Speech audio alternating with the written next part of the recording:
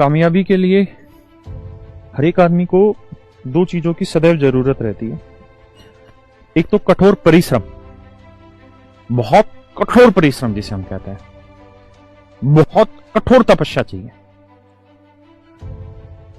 अगर आप मेहनत नहीं करेंगे, अगर आप बहुत ज्यादा एक्सेसिव लेवल पे कठोर परिश्रम नहीं करेंगे तो सफलता तो नहीं मिलेगी। चाहे वो कोई भी लाइन हो, आपकी पढ़ाई लिखाई की लाइन हो, आपकी सिलेक्शन की लाइन हो, क्रिकेट में सिलेक्शन की लाइन हो, कोई स्पोर्ट्स में सिलेक्शन की लाइन हो, या किसी कॉम्पिटेटिव चीज की तैयारी की लाइन हो, या किसी जॉब की तैयारी हो, या कोई पैसा कमाने की भी तैयारी हो। हर एक चीज में एक्सेसिव लेवल पे डेडिकेशन चाहिए होता है, मतलब बहुत भयंकर लेवल पे डेडिकेशन चाहिए होता है। तभी आप पैसा कमा सकते हैं करोड़ों रुपए में, तभी आप कामयाब हो सकते हैं खेल कूद में, तभी आप पढ़ाई में सिलेक्शन ले सकते हैं, पढ़ाई में कामयाब हो सकते हैं, या जो जो आपकी इच्छाएं वो हो सकती हैं। लेकिन इन सब चीजों के लिए बहुत ही कठोर परिश्रम चाहिए। परिश्रम भी अपनी अधिकतम मात्रा पे जाना चाहिए, तभी आपका वो सपना पूरा होता है। तो मेरे प्यारे बच्चों, मैंने महसूस किया कि जीवन में आपको 80% आपकी कामयाबी में आपकी मेहनत है। अगर आपकी मेहनत 80% नहीं पहुंची तो आपका सिलेक्शन नहीं होगा। मतलब 80% तक तो आपकी मेहनत ही कामयाब कराती है, और 20% हिस्सा ऐसा होता है जो आपकी किस्मत कहलाती है, जिसे हम किस्मत कहते हैं। तो किस्मत का बहुत बड़ा रोल है मेरे दोस्तों। आदमी के जीवन की कामयाबी में किस्मत का बहुत रोल है। किस्मत सही होना बड़ा जरूरी है। मैं आपको एक छोटा सा किस्सा सुनाता हूं, आप समझिएगा। मैं अपने ऊपर ही समझाता हूं क्योंकि वो ज्यादा जेन्युइन भी लगेगा और आप समझ भी पाएंगे और मैं समझा भी पाऊंगा एक किस्मत का कितना बड़ा रोल होता है। मेरे प्यारे बच्चों, आदमी की किस्मत कब रंग दिखाती नहीं पता रहता। मैं मुखर्जी नगर बेसिकली 2011 के एंड में आया था यूपीएससी की कोचिंग करने के लिए, क्योंकि मैं उससे पहले दिल्ली गवर्नमेंट स्कूल में जॉब करता था और मेरा बहुत अच्छा काम धंधा चलता था। मतलब ट्यूशन व्यूशन पढ़ाता था, सरकारी नौकरी थी, सब कुछ था, लेकिन फिर भी एक जुनून था कि एक बार यूपीएससी ट्राई करके देखते हैं। मैंने की भी कोशिश, लेकिन मुझसे नहीं हो पाई वो। मैंने 2-3 महीने में उसे छोड़ दिया। जब मैंने 2-3 महीने में छोड़ दिया तो उस समय एसएससी अपने पीक पे चल रहा था। मतलब एसएससी में नंबर ऑफ स्टूडेंट खूब दबा के बढ़ रहे थे। तो मैंने सोचा कि यार मैं एंट्री करने की कोशिश करता हूं इस वाली लाइन में, एसएससी वाली लाइन में। भाई मैं टीचर तो हुई, तो मुझे पढ़ाने का तो एक्सपीरियंस है ही। भाई मैं अपने सरकारी स्कूल में पढ़ा रहा हूं दिल्ली के, और साथ के साथ मैं ट्यूशन भी पढ़ा रहा था बच्चों को, तो मुझे अच्छा खासा अनुभव था। लेकिन आप सच मानिए कि मुझे कॉम्पिटेटिव एग्जाम्स का सीवी नहीं पता था। मैं ये आपको बिल्कुल सच्चाई बता रहा हूं कि मैंने इस टाइप की कोचिंग जीवन में ना कहीं ली जो मैं पढ़ा रहा था, जो आज भी पढ़ा रहा हूं, और ना मैंने उस समय किसी से सीखी। क्योंकि अगर 2011 का दौर आप देखेंगे तो 2011 का वो दौर था जब यूट्यूब प्रचलन में बिल्कुल भी नहीं था। ये तो 2013-14 के बाद, 15 के बाद ये प्रचलन में आया। जब मैं यूट्यूब पे वीडियो बनाता था तो शायद मैं पहला ही टीचर था जो एसएससी की फील्ड का जो यूट्यूब पे वीडियो बनाता था परसेंटेज वगैरह की, और पूरे दिन में जाके 200-300 व्यू ऐसे होते थे। उसके बाद फिर एक जियो आया, जियो के बाद क्रांति आई, गांव-गांव तक यूट्यूब पहुंचा। उसके बाद फिर बहुत सारा कंटेंट यूट्यूब पे आ गया और लोग पढ़ने भी लगे, हमें भी आदत होगी वहां से। लेकिन मेरा 2-3 साल शुरुआत का ऐसा था कि मुझे कख नहीं पता था कॉम्पिटेटिव एग्जाम्स का। लेकिन मेरे मन में था कि यार अब मैं यूपीएससी की कोचिंग में तो कामयाब हो नहीं पाया, क्योंकि मेरे से बन नहीं पाई आपकी बात। मैं समझ ही नहीं पाया। 1-1.5 महीने के बाद मेरा मन खराब हो गया कि मैं नहीं कर पा रहा हूं तैयारी, कंसंट्रेट नहीं कर पा रहा हूं। तो अब वापसी घर कैसे जाया जाए, क्योंकि जॉब तो चल रही है, लेकिन ट्यूशन तो छोड़ा था ना इसी यूपीएससी के चक्कर में।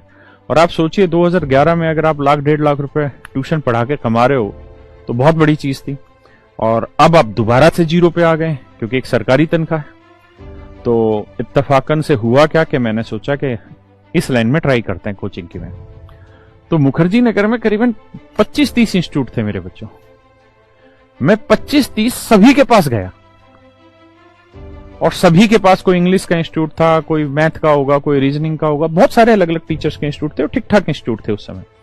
मैं सबके पास गया, और उस समय तो स्टूडेंटशिप में ही ज्यादा थी। तो पहले जैसे किसी टीचर के पास चले गए तो उनके पास 2-3 क्लास तो उनके पास डेमो में बैठे रहते थे। एक इंग्लिश के टीचर थे, मैं नाम नहीं लूंगा, बड़ा उनका एटीएम करके नाम था, आत्माराम नाम था उनका। तो मैं उनकी क्लास में बैठा 4-5 दिन, इसीलिए कि एक बार मतलब बातचीत हो जाए, ये मुझे पहचान जाए तो मैं अपनी बात कह दूं उनके सामने। तो मैंने उनको कहा कि सर मैं ऐसे ऐसे गवर्नमेंट स्कूल में टीचर हूं और मेरे को पढ़ाने का मौका दे दो। तो वो मुझे करीबन 1 महीने तक उस चीज में टरकाते रहे, आखिरकार उन्होंने मौका नहीं दिया। इसी बीच बहुत सारे इंस्टीट्यूटों में ऐसे ही घूमते फिरते मैं मौका ढूंढता रहा, कहीं मौका मिला नहीं। तो मेरे एक दोस्त थे वरुण करके, जो यूपीएससी में तैयारी कर रहे थे, तो वो पढ़ाई में यूपीएससी में कंटिन्यू कर जा रहे थे और मुझसे नहीं हो रही थी।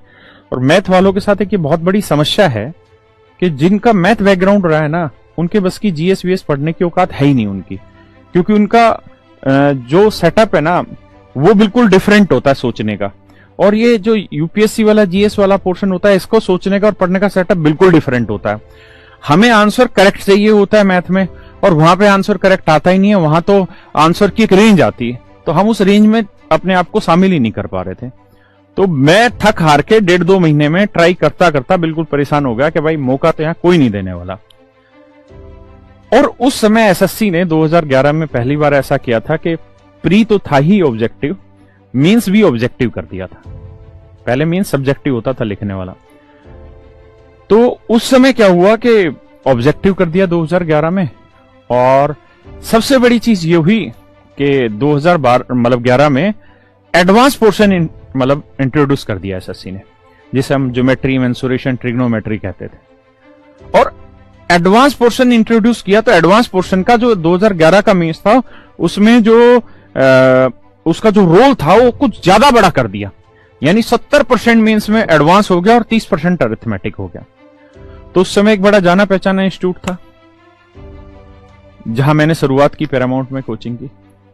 तो वहां पे बहुत सारे टीचर थे, बहुत अच्छे अच्छे टीचर थे, और भी सारे जगह टीचर थे, लेकिन वो सारे मोस्टली वो टीचर थे जो एसएससी की ही कोचिंग कर रहे थे, और करते करते उनका सिलेक्शन नहीं हुआ तो फिर टीचर बन गए, या कहीं लग भी रहे थे तो एसएससी की ही कोचिंग कर रहे थे। तो उनको अरिथमेटिक ही उन्होंने आज तक जीवन में पढ़ाया था और अरिथमेटिक ही उनको आता था। और मैंने आपको कहा कि मैंने जीवन में कभी कोचिंग का सी नहीं पढ़ा, क्योंकि मैंने कभी कोचिंग की ही नहीं है वाली। अब इत्तेफाकन से एडवांस आया और मैं 1.5-2 महीने 10 ठोकरे खा ही रहा था कि मुझे कोई मौका मिल जाए कहीं से घुसने का। तो मेरे दोस्त था वरुण, मैंने कहा यार कति हद हो गई, अब बिल्कुल मतलब जीवन झंड कर लिया यहाँ पे ना, पूरा 6-7 महीने खराब कर लिए, 2-3 महीने यूपीएससी के, 2-3 महीने उस टाइम के। मैंने कहा अब दोबारा जाएंगे यार और अपना वही ट्यूशन ही स्टार्ट करेंगे भाई, अब तो वही है जो है। उसने कहा कि चल मैं कोशिश करता हूँ, पैरामाउंट में तेरी बात करके देखता हूँ। उसका कोई दोस्त था जो रिसेप्शन पे नौकरी करता था, तो बोला मेरे एक दोस्त है वो वहां रिसेप्शनिस्ट है और मैं बात करता हूं आपकी। मेरी उससे बहुत अच्छी दोस्ती थी और मैंने कहा यार आज आखिरी है, मैं अब मुखर्जी नगर नहीं आने का। तो बोला रुक। फिर उसने बात करी और बात करके इत्तेफाक से, मतलब पता ही नहीं क्या किस्मत थी मेरी, कि जिस दिन मैं आखिरी दिन, जिस दिन मैं मुखर्जी नगर छोड़ना चाह रहा था कि अब मैं मुखर्जी नगर नहीं आऊंगा क्योंकि यहाँ टाइम पास के अलावा और कुछ नहीं होता मेरे लिए, उसी दिन उसने बात करी और उसी दिन उन्होंने मुझे डेमो के लिए बोल दिया कि आ जाओ डेमो के लिए। और उसके पीछे की पटकथा ये थी कि जितने भी टीचर थे वो सारे अरिथमेटिक पढ़ाने वाले थे और एडवांस उस समय इंट्रोड्यूस हो गया। तो मैं गया और मैं जाते ही मुझे पढ़ाना तो आता ही था जितना भी मुझे ज्ञान था। मैंने अपनी चीजें एडवांस की पढ़ाई। जो लेने वाले थे इंटरव्यू, आर.के. चौधरी सर थे, वो अब कोरोना की वजह से उनका देहांतवास हो गया, भगवान उन्हें सुख शांति प्रदान करे ऊपर। तो उन्होंने इंटरव्यू लिया और उन्होंने मुझे सेलेक्ट कर दिया। बिल्कुल आखिरी मोमेंट पे जब मैं मुखर्जी नगर छोड़ रहा था तब। इसे कहते हैं मेरे बच्चों किस्मत है, कि किस्मत अगर जोर देती है। आपको पढ़ाना आता था एडवांस बहुत अच्छे से और कॉम्पिटेटिव एग्जाम में सारा ही अरिथमेटिक था। किस्मत देखिए कहां पे क्लिक करती है कि एसएससी ने पूरा सिस्टम बदला। सिस्टम बदलते बदलते एडवांस पे आया, एडवांस पे बदलते बदलते मेरी ठोकरें खत्म होने पे थी, तभी मुझे मौका मिला और मैं चला। और उसके बाद मैंने जो सीखा अरिथमेटिक में, मैंने अपने बच्चों से ही सीखा। मतलब जो जो चीजें थी जिनको पढ़ा रहा था वही धीरे धीरे मुझे क्रॉस बताते चलेगा और मैं वहीं से धीरे धीरे सीखता चला गया। तो ये होती है मेरे प्यारे बच्चों किस्मत। तो आदमी के जीवन में मेहनत बड़ी जरूरी है, लेकिन उसके साथ साथ किस्मत भी बड़ी जरूरी है। और शायद किस्मत जो बनेगी वो आपके अच्छे प्रयासों से और मेहनत से बनेगी, समाज के प्रति अच्छा रवैया हो उससे बनेगी। तो मेहनत भी जरूरी है और ये सारी चीजें भी आपके लाइफ में बड़ी जरूरी है ना। तो पढ़ते रहिए, धीरे धीरे मेहनत करते रहिए। मैं भी कर रहा हूं, आप भी करते रहिए। चलिए अब आते हैं